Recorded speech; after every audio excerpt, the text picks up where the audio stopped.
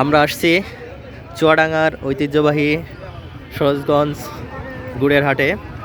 দেখতে পাচ্ছি অসংখ্য গুড়।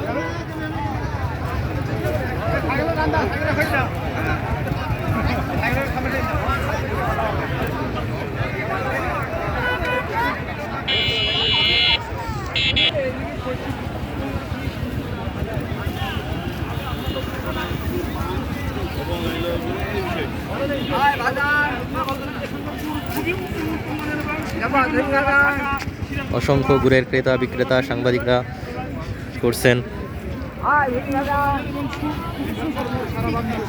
দেখতে পাচ্ছি এখানকার এই সরোজগঞ্জের গুড় সারা বাংলাদেশে বিভিন্ন প্রান্তে পৌঁছায় যায় সাধারণ মানুষের হাতে।